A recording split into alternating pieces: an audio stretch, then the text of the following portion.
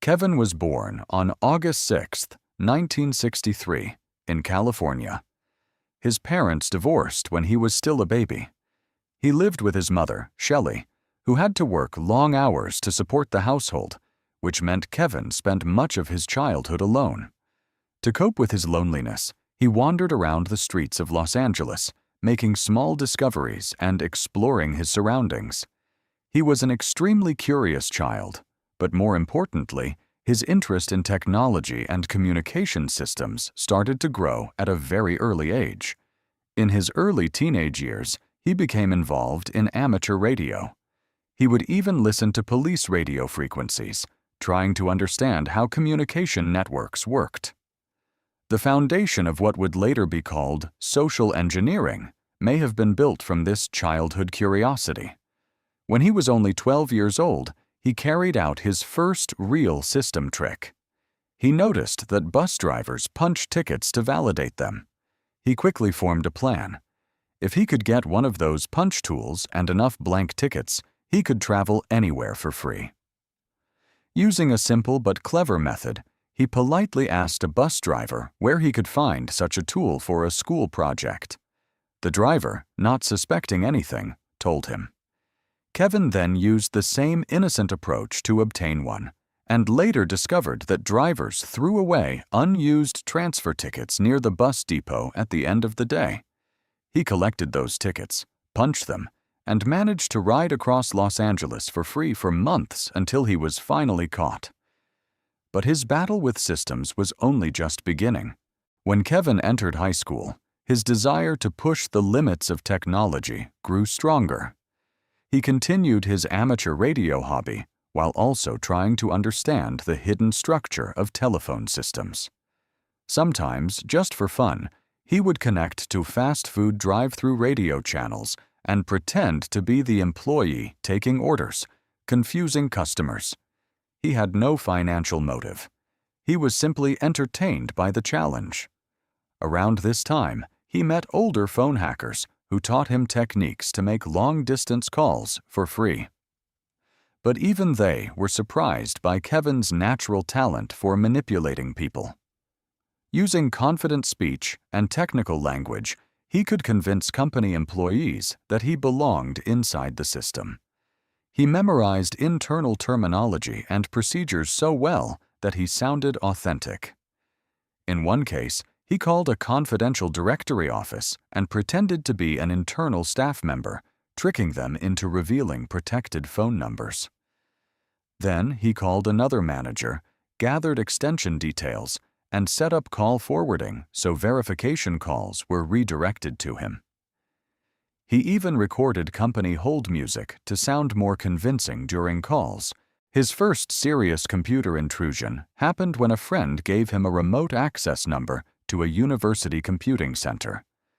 The system was used by a major technology company for software development. Kevin called in using a regular phone line and managed to access the central computer. By pretending to be an employee who lost his credentials, he convinced staff to open a new account and grant him high privileges. He then copied important operating system software. This happened in the late 1970s, when he was still a teenager and using only a landline phone. In the 1980s, his reputation in underground hacking circles began to grow. He wasn't trying to get rich. He was driven by curiosity and challenge. He copied software, manipulated phone switches, and entered systems just to prove he could. Eventually, he broke into a major telephone company building and stole technical documents containing network access codes. This time, authorities took it seriously. He was arrested and became one of the youngest people convicted of computer crime. He received time in a youth correction facility, but prison did not stop him. After his release, strict rules were placed on Kevin. He was ordered to stay away from computers and telecommunications systems. For a short time, he tried to live quietly and even worked normal jobs.